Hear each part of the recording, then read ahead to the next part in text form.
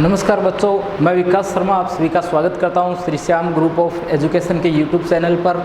अपने second year की physics पढ़ रहे हैं और इसके अंदर उष्मागति की जो बुक है उसे पढ़ रहे हैं और इसके भी अपने फोर्थ यूनिट की बात करें। यूनिट का नाम है उष्मागतिक संबंध और अब तक अपने इसमें मैक्सवेल की समीकरण व्युत्पन्न कर चुके हैं। आज का जो अपना टॉपिक रहने वाला है इसके अंदर अपने मैक्सवेल समीकरणों के अनुप्रयोग पढ़ने वाले हैं। जो मैक्सवेल समीकरणें अपने व्युत्पन्न की थी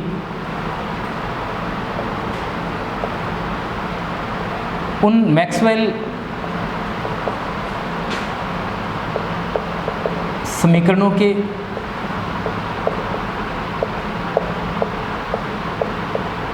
अनुप्रयोग अपने इसमें पढ़ने वाले हैं।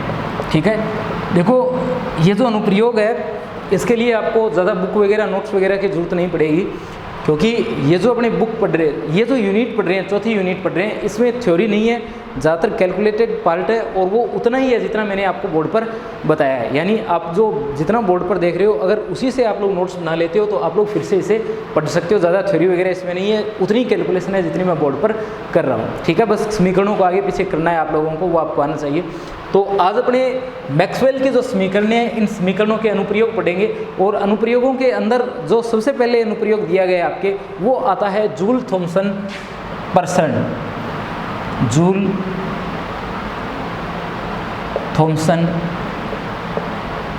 थॉमसन या टॉमसन नाम दिया है आपकी बुक में, जूल थॉमसन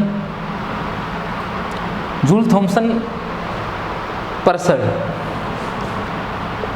जूल थॉमसन पर्सन या जूल थॉमसन प्रसार, भैया आप लोग इसे बोल सकते हो, जूल थॉमसन प्रसार। और जूल थॉमसन का सिद्धांत आप लोगों ने पढ़ा होगा। जो आपकी जो दूसरी बुक है अणुगति सिद्धांत नाम से जो बुक है, उस अणुगति सिद्धांत नाम की जो बुक है उसके अंदर आप लोगों ने इस टॉपिक को काफ़ी डिटेल से पढ़ा है। जूल थॉमसन सिद्धांत के नाम से आप लोगों ने पढ़ा है। आप लोगों ने सबसे पहले पढ़ा है कि जूल थॉमसन सिद्धांत क्या होता है। ठीक है, जूल थॉमसन सिद्धांत क्या होता है, ये क्या बताता है, किस तरीके से इसका उपकरण होता है, किस प्रकार से ये चलता है और क्या क्या इसका मतलब होता है, वो सारी बातें आप लोगों ने पढ़ी है। जो आपका पेपर है अणुगति सिद्धांत, जो अणुगति सिद्धांत का जो पेपर है उसके अंदर आप लोगों ने पढ़ा है जूल थॉमसन सिद्धांत को। ठीक है, ये मैं आपको बता देता हूँ कि अणुगति सिद्धांत जो है, जो बच्चे सिंपल बीएससी कर रहे हैं उनके तो किसी अन्य पेपर में है, अलग पेपर में, जैसे सेकंड पेपर में है उसमें, उनके लिए तो ये जूल थॉमसन सिद्धांत जो है इसमें अणुगति सिद्धांत वाली जो बुक है उसके अंदर लगता है। और जो इंटीग्रेटेड वाले बच्चे हैं, इंटीग्रेटेड से बीएससी कर रहे हैं, उनके इसी बुक के अंदर लगता है, क्योंकि उनके साथ में ही अणुगति सिद्धांत है उष्मागति की।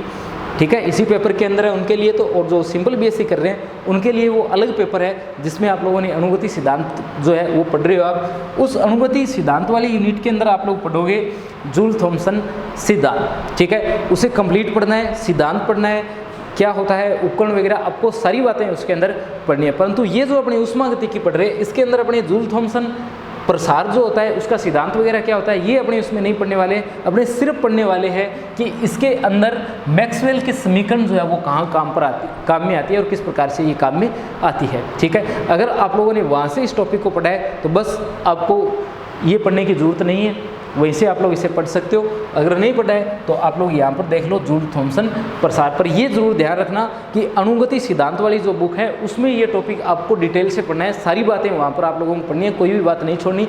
वहाँ पर डायग्राम भी पूछा जाता है, 5 नंबर का प्रश्न आपका अलग से वहाँ आता है, डायग्राम सिद्धांत सारी बातें वहाँ पर पूछी जाती है। परंतु इसमें सिर्फ आपसे मैक्सवेल के समीकरण के अनुप्रयोग और इसके अंदर पूछा जाएगा जूल थॉमसन पर्सन। कुछ एक बातें बस आपको इसके अंदर पढ़नी है। तो देखो सबसे पहले जूल थॉमसन पर्सन जो है वो होता क्या है, अपने इसकी बात कर लेते हैं जूल थॉमसन प्रभाव की।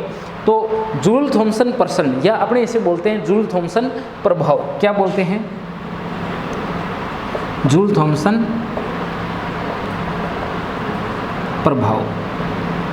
जूल थॉमसन प्रभाव अपने को कहता है कि यदि किसी गैस को, यदि किसी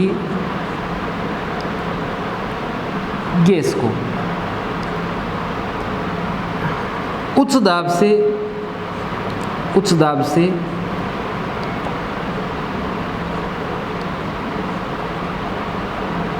निम्न दाब की ओर, उच्च दाब से निम्न दाब की ओर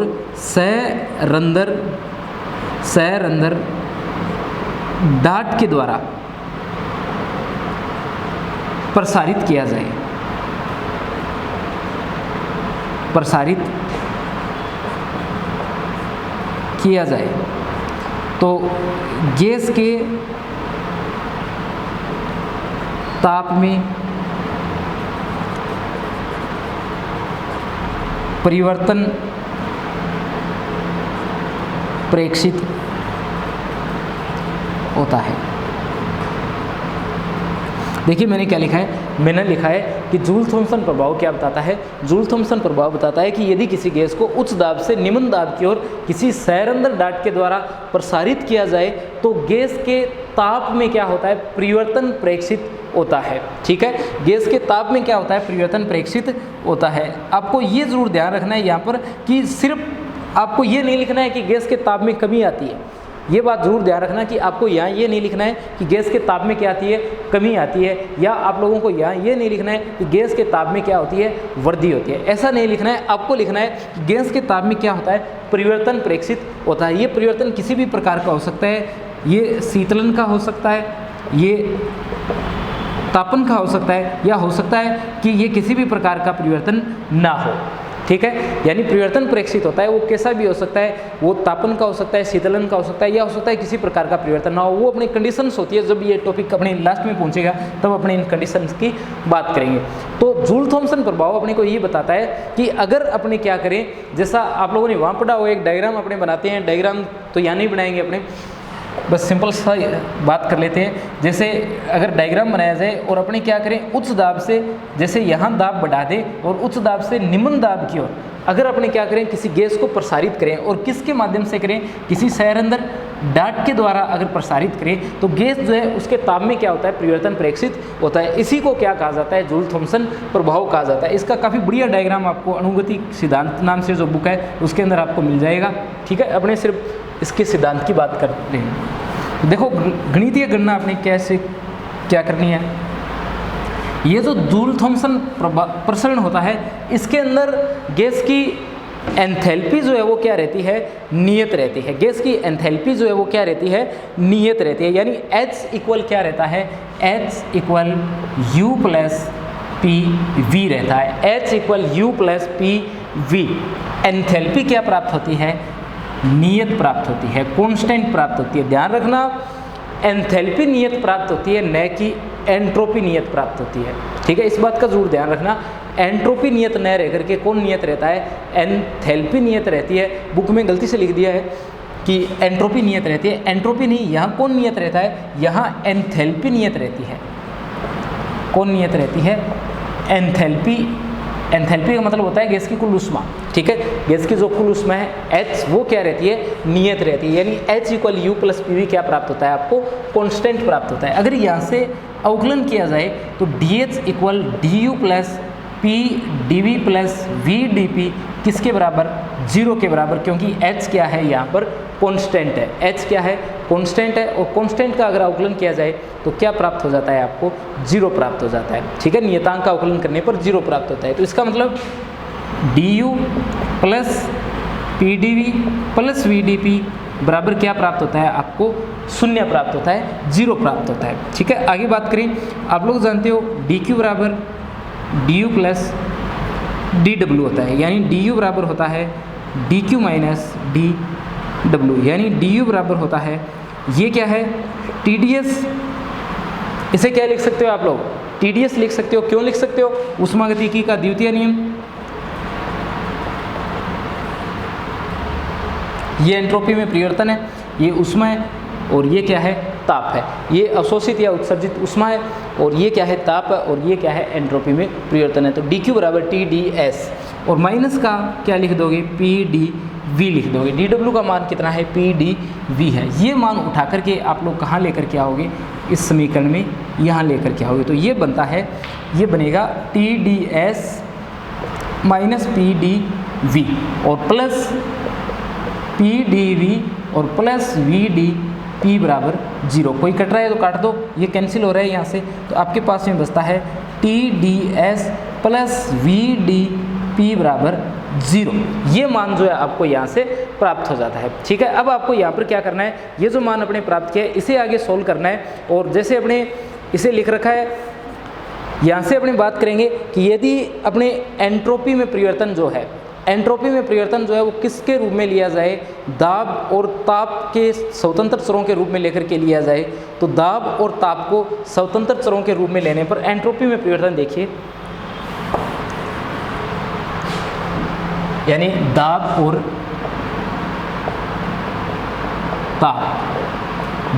ताप को अगर अपने स्वतंत्र चरों के रूप में ले तो एंट्रोपी में परिवर्तन कितना आएगा।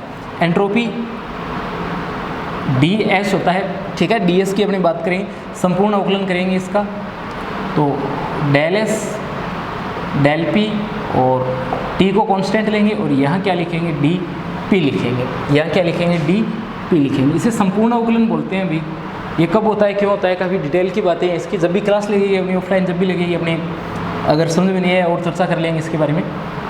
तो ये क्या आएगा, ये आएगा डेल टी और ये p और यहाँ क्या आता है, dt आता है, ठीक है। ये जो अपने बार बार कर रहे हैं इसे संपूर्ण अवकलन बोलते हैं। मैं पहले भी आपको इसके बारे में बता चुका हूँ, ठीक है। ये जो अपने कर रहे हैं ये क्या है, संपूर्ण अवकलन है, ठीक है। इसके बारे में और भी अन्य बातें हैं जो अपने बाद में करेंगे, अभी अपने ये टॉपिक करते हैं। तो ds किसके बराबर है, del s upon del p, और t को कांस्टेंट रखा है, यहाँ dp है, यहाँ del s upon del t, p बाहर और dt आया है।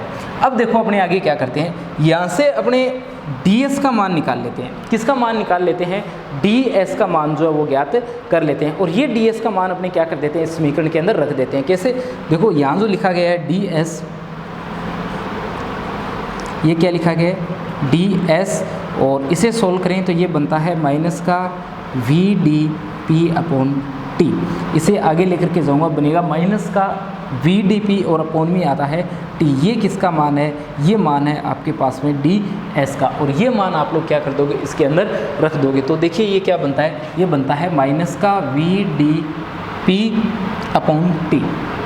क्या बनता है, माइनस का v d p upon t, minus का v d p upon t किसके बराबर आएगा भाई, ये आएगा del s upon del p और टी और d p plus del s del t p और डी टी, ठीक है। यहाँ से एक बार के लिए आप लोग इसको दूसरी साइड ले जाओ, तो ये बनता है, पहले इसे लिख रहा हूँ मैं, थोड़ा एडजस्ट कर रहा हूँ इसे समीकरण को। ये बनता है del s del t p d t plus del s del p t और d p plus v d p upon t बराबर 0। देखना एक बार फिर से, इसे सबसे पहले लिख दिया, इसे बाद में लिखा। ये तो एक ही तरफ है तो प्लस का ही आएगी। इसे मैं अगर इस साइड ले जाऊँ तो ये भी किसका बन जाएगा, प्लस का। इस साइड माइनस का है, दूसरी साइड किसका बन जाता है, ये प्लस का बन जाता है। पूरी समीकरण को मल्टीप्लाई कर देता हूँ टी से, किससे, टी से। ये बनता है टी डेल एस बटा del t p d t plus t del s del p t और d p plus v d p बराबर 0। यहाँ से आप लोग देख सकते हो, इसे लिख देता हूँ t del s del t p और डी टी प्लस क्या लिख सकते हो आप लोग, इसे देखो, आप लोग लिख सकते हो t del s del p t और प्लस का वी और डी पी बराबर 0। ऐसा आप लोग यहाँ पर लिख सकते हो। अब अगर अपने आगे बात करें तो इसे थोड़ा और सोल्व कर लेते हैं। जैसे अगर अपने बात करें नियत दाब पर विशिष्ट ऊष्मा की, तो नियत दाब पर विशिष्ट ऊष्मा की अगर बात की जाए तो सबसे पहले तो अपने ये देख लेते हैं कि नियत दाब पर विशिष्ट ऊष्मा की बात अपने की क्यों है। तो ये इसलिए बात की है कि अगर इस टर्म को आप लोग देखो, इस टर्म को अगर आप लोग देखो, ये बन रहा है टी डेल एस, यानी क्या बन रहा है, ये बन रहा है डेल क्यू। क्या बन रहा है, डेल क्यू, और del q upon del t, del q upon del t, और बाहर लिखा गया है पी। क्या लिखा गया है, पी। ये बाहर पी लिखा है, इसका मतलब यहाँ क्या है, नियत दाब है। इस समीकरण में दाब क्या है, नियत है, नियत दाब। तो नियत दाब पर विशिष्ट ऊष्मा Cp क्या होता है, del q upon del t होता है। यानी अपने इसी की बात क्यों की है, क्योंकि टी डेल एस क्या बनता है, डेल क्यू बनता है। देखो यहाँ नहीं बन रहा है del q upon del p बनता है, परंतु यहाँ del q upon del t बनता है, और पी क्या है, नियत है। नियत दाब विशिष्ट ऊष्मा की बात क्यों की है, क्योंकि पी बाहर लिखा है, जो बाहर लिखा गया होता है वही क्या होता है, नियत होता है। तो यहाँ नियत कौन है, यहाँ नियत दाब है, यानी दाब क्या है यहाँ पर, नियत है। P दाब जो है वो क्या है यहाँ पर, नियत है। तो P को नियत लेंगे तो यहाँ कौन सी विशिष्ट ऊष्मा काम आएगी, यहाँ Cp काम में आएगी। तो इसे मैं लिख सकता हूँ CpdT, क्या लिख सकता हूँ, CpdT। यहाँ तक आपको दिख रहा है ना, CpdT plus T del S del P T V और dP बराबर 0, ठीक है। तो इस लाइन की बात कर रहे हैं, मेरे को नहीं पता आपको दिख रही है नहीं दिख रही, मेरे को तो दिखाई दे रही है सामने कैमरे में, आप लोग देख लेना। यहाँ से बता देता हूँ आपको, ये जो मैंने लिखा है ना, ये इसे मैंने लिखा है सिर्फ Cp, इसे क्या लिखा है, Cp लिखा है यहाँ पर, और बाकी समीकरण को बिल्कुल जैसे ऊपर लिख रखी है वैसे का वैसा यहाँ पर लिख दिया है। आगे देखते हैं क्या करना है आपको।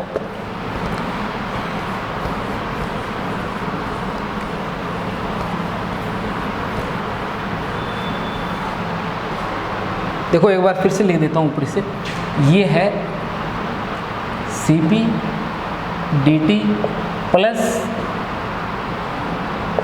T del S del P और T प्लस V और dP बराबर 0। जो यहाँ बिल्कुल लास्ट में समीकरण लिखी गई है वो है Cpdt plus T del S बटा del P T plus V dP equal 0, इसे यहाँ पर लिखा गया है। देखिए आपको क्या करना है, आप इस समीकरण को कंप्लीट को आगे ले जाइए।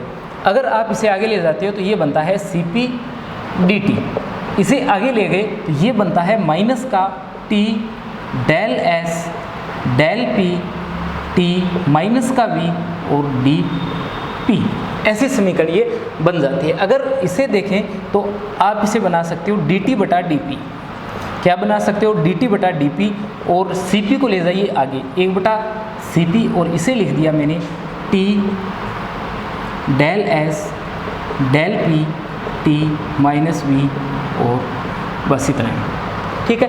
ऐसा हम लोगों ने इसे लिख दिया। एक तो मैं आपको बता देता हूँ कि आपको कैसे पता चलेगा कि आपको dt बटा dp का मान ज्ञात करना है, इसी का मान क्यों ज्ञात कर रहे हैं। फिर से पहुंचिए वहीं पर, जूल थॉमसन प्रभाव जो होता है वो जूल थॉमसन प्रभाव क्या होता है। जूल थॉमसन प्रभाव कहता है कि यदि गैस को उच्च दाब से निम्न दाब की ओर प्रसारित किया जाए, निम्न है निम्न, उच्च दाब से निम्न दाब की ओर प्रसारित किया जाए तो किस में परिवर्तन आता है, ताप में परिवर्तन आता है। मतलब दाब को बदलने से कौन बदल रहा है, ताप बदल रहा है। तो ताप किसके सापेक्ष बदल रहा है, दाब के सापेक्ष, और अवकलन के रूप में कैसे लिख सकते हो, dt बटा dp।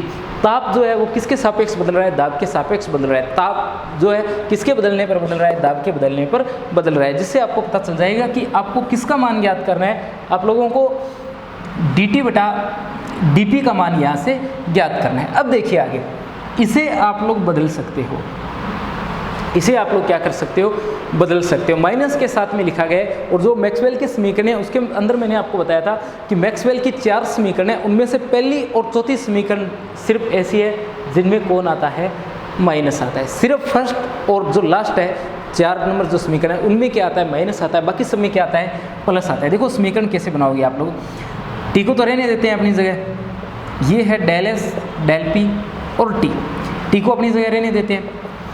तो जब भी मैक्सवेल की समीकरण आपको बदलनी होती है तो सबसे पहले तो इन्हें बदलना होता है, सबसे पहले इन्हें बदलना होता है। ऐसा ही किया था अपने, जिस तरफ P लिखा गया उसे बाहर, T को अंदर, P को बाहर भेज दिया, T को अंदर ले आए। तो ये तो कन्फर्म है कि नीचे तो ये बनेगा। ऊपर की बात करते हैं, S के साथ में कौन आता है, S के साथ में V आता है, कौन आता है, V आता है। तो ये जो समीकरण बनेगी ये क्या बनेगी, ये बनेगी डेल एस बटा del p equal del v upon del t, और किसके साथ में, माइनस के साथ में, ठीक है, किसके साथ में, माइनस के साथ में बनेगी। क्योंकि अपने यहाँ से आप लोग देख सकते हो कि S जो है उसके साथ में कौन आया हुआ है, T आया हुआ है। तो यहाँ V के साथ में कौन आएगा, यहाँ V के साथ में P आएगा, ठीक है। S के साथ में T, इसका मतलब उसमें चर आ रहे हैं, तो यहाँ यांत्रिक चर आएंगे। तो यहाँ मैंने क्या लिख दिया, यांत्रिक चर लिख दिया है, ठीक है। तो इसे उठाओ और इसके अंदर लिख दो, तो ये बनेगा dt बटा dp, और किसके इक्वल, 1 बटा Cp के, और ये जो समीकरण है माइनस के साथ में ही आती है, या तो यहाँ माइनस रखो और अगर यहाँ रखते हो तो ये माइनस किसका बन जाएगा, प्लस का बन जाएगा, और ये बनेगा प्लस का डेल वी और डेल टी और पी माइनस का वी। देखना अगर यहाँ तो माइनस लेकर के चलते हो तो प्लस की टर्म यहाँ पर आने वाली है, और अगर यहाँ नहीं लिख रहे तो यहाँ माइनस आ जाएगा, ये माइनस और माइनस किसका बन जाएगा, प्लस का बन जाएगा। तो ये अपने पास में डी टी बटा डी पी बन जाता है। और आपको पता है कि अगर इस प्रक्रम की बात की जाए तो ये प्रक्रम किस पर होता है, ये प्रक्रम होता है नियत एंथैल्पी पर, यानी इस प्रक्रम में किसको नियत रखा जाता है, इस प्रक्रम में एंथैल्पी एच जो है उसे नियत रखा जाता है। तो इसे मैं लिख देता हूँ म्यू एच, क्या लिख देता हूँ, म्यू एच लिख देता हूँ, अवकलन को आंशिक अवकलन में बदल देता हूँ, और बाहर क्या लिख देता हूँ, इसके एंथैल्पी एच लिख देता हूँ, और ये क्या आ जाता है, एक बटा c p t del v बटा del t p minus v. ये अपने पास में क्या है, जूल थॉमसन गुणांक का फॉर्मूला है। जूल थॉमसन गुणांक म्यू जो है, इस म्यू का फॉर्मूला अपने पास में क्या आ गया, एक बटा c p t del v upon del t minus का वी, पी कॉन्स्टेंट रखा है, इसके अंदर की बात कर रहे हैं, और जूल थॉमसन का जो फॉर्मूला लिखा है उसके अंदर डेल टी बटा डेल पी किया है, एच को क्या लिख रहे हैं अपने, कॉन्स्टेंट लिख रहे हैं। ठीक है, तो अपने अगर आगे बात करें तो आगे जो राशि दी गई है वो राशि जूल थॉमसन प्रसार में ताप परिवर्तन जो है वो किस पर डिपेंड करेगा, जूल थॉमसन प्रसार में जो ताप में परिवर्तन है वो जो कोष्टक के अंदर ये जो राशि लिखी गई है इस पर क्या करता है, डिपेंड करता है। सभी टर्म्स यहाँ से हटा रहा हूँ मैं।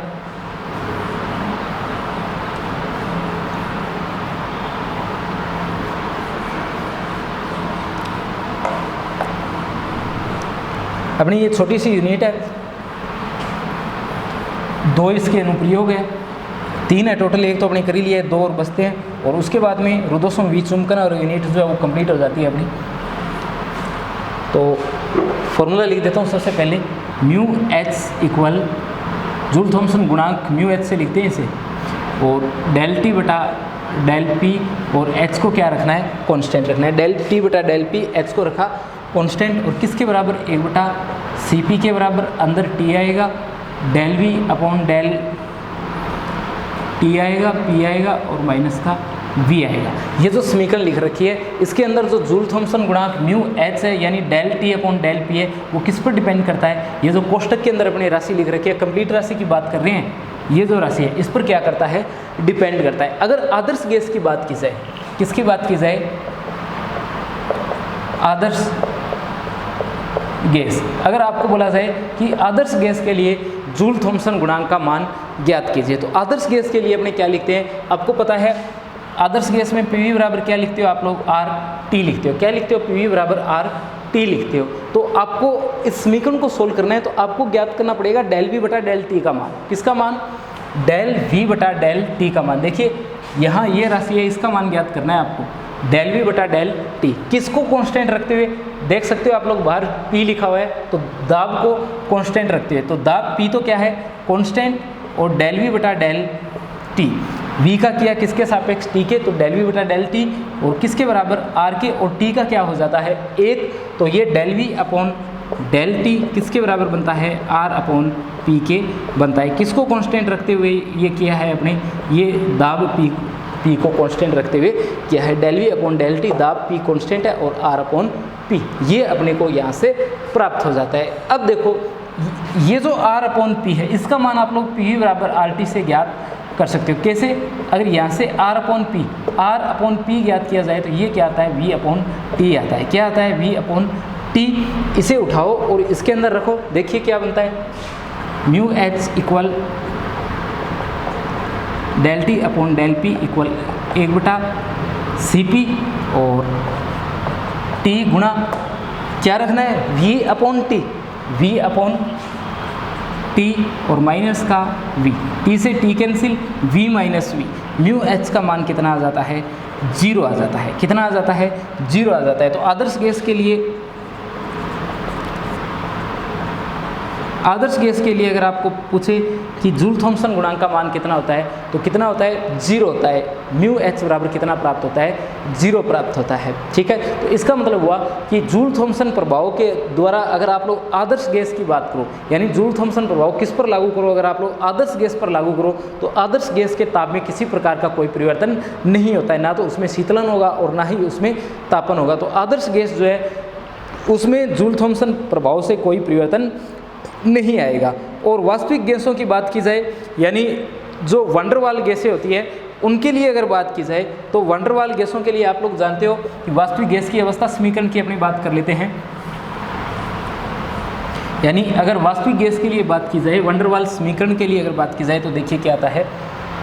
वंडरवाल समीकरण के लिए आपको पता है P minus 1/v², P plus 1/v², V minus b equal r t. ये अपने पास में क्या होती है, आदर्श ये वास्तविक गैस होती है। P plus 1/v², V minus b equal r t. अगर इसके अंदर V को क्या किया जाए, V की तुलना में छोटा लिया जाए, स्मॉल v को क्या किया जाए, कैपिटल V की तुलना में छोटा लिया जाए, तो जो कोष्टक के अंदर राशि लिखी गई है इसका मान आपको कितना प्राप्त हो जाता है। जो कोष्टक के अंदर राशि लिख रखी है ये T del V upon del T P minus V, इसका मान प्राप्त हो जाता है 2A upon r t minus का B।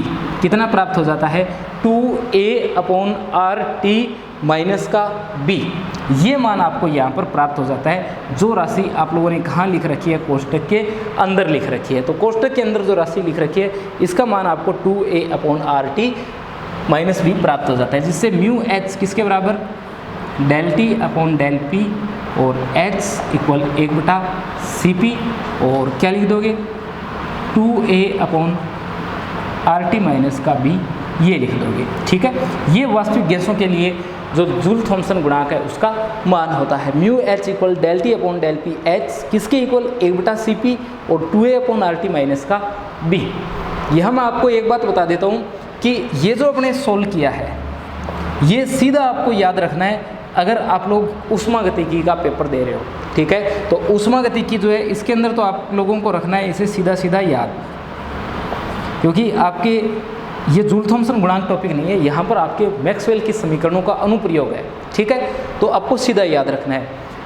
परंतु अगर अणुगति सिद्धांत की बात की जाए तो आपको इसका डेरिवेशन कंप्लीट याद रखना है। अवकलन के द्वारा आपने इसे प्राप्त किया है, सोल्व किया है इसे, तब जाकर के अपने को 2A upon r t minus का B आपको प्राप्त होता है। ठीक है, तो जो अणुगति जो आप लोग जहाँ पढ़ रहे हो वहाँ आप लोगों को सीधा बिल्कुल भी नहीं लिखना है, भी ध्यान रखना है इस बात का, बिल्कुल भी सीधा नहीं लिखना है। वहाँ पर आपको ये सिद्ध करना है 2A upon r t minus का B। आपकी बुक में सोल्व किया हुआ है, इसे जो अणुगति सिद्धांत नाम से जान दिया गया है वहाँ पर इसे सोल्व करके दिखाया गया है कि इसका मान 2A upon r t minus का B कैसे आया है। ठीक है, आपको सोल्व करना इसलिए ज़रूरी है क्योंकि अणुगति सिद्धांत में आपसे सिर्फ ये पूछा जा सकता है कि वास्तविक गैसों के लिए या वंडरवाल समीकरण जो होती है उनका पालन करने वाली गैसों के लिए जूल थॉम्सन गुणांक का मान ज्ञात कीजिए। तब आपको ये डेरिवेशन जरूर करना होगा कि ये मान इससे किस प्रकार से प्राप्त हुआ है। ठीक है, यहाँ अगर इस बुक की बात की जाए तो आपको बस ये याद रखना है कि 2A upon r t minus का B जो है वो आपको प्राप्त होता है अगर आप इस ब्रैकेट वाली राशि को क्या करते हो,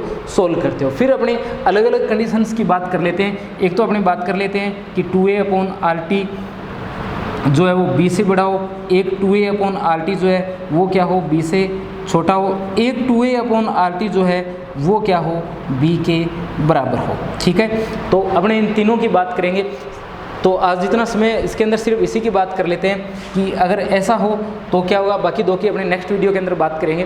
तो 2A अपॉन आर टी अगर किसके बराबर हो, स्मॉल b के बराबर हो, तो अगर ये राशि इस B के बराबर हो तो ये तीसरी जो कंडीशन है, कल फिर से बता दूंगा तीनों कंडीशंस को, आज जितना टाइम है 1 मिनट का इसमें बता देता हूँ कि 2A अपॉन आर टी अगर B के बराबर हो तो ये राशि आपको कितनी प्राप्त हो जाती है, म्यू एच प्राप्त हो जाती है। यानी ये जो ताप है, ये जो ताप आपको प्राप्त हो रहा है 2A अपॉन आर बी, इस ताप पर वास्तविक गैसों के ताप में भी कोई परिवर्तन नहीं आता है। इस ताप को कहा जाता है उत्क्रमण ताप। क्या कहा जाता है इसे, उत्क्रमण या व्युत्क्रम ताप अपने इसे कहते हैं। ये कौन सा ताप है, ये यहाँ पर उत्क्रमण ताप है, ठीक है। उत्क्रमण ताप अपने इसे कहते हैं 2A/RB को, ठीक है। ऐसे 3 ताप आपके आए हैं। इससे पहले आप लोग बॉयल ताप पढ़ चुके हो और एक ताप आप लोगों ने क्रांतिक ताप के नाम से भी पढ़ा है। इन तीनों तापों का फॉर्मूला आपको याद रखना है और एक ये आ जाता है यहाँ पर उत्क्रमण ताप, किसके बराबर होता है 2A/RB। ये वो ताप होता है जिस पर वास्तविक गैसों के ताप में कोई परिवर्तन नहीं आता, ठीक है। इन तीनों कंडीशन को अपने कल नए वीडियो में फिर से देखेंगे।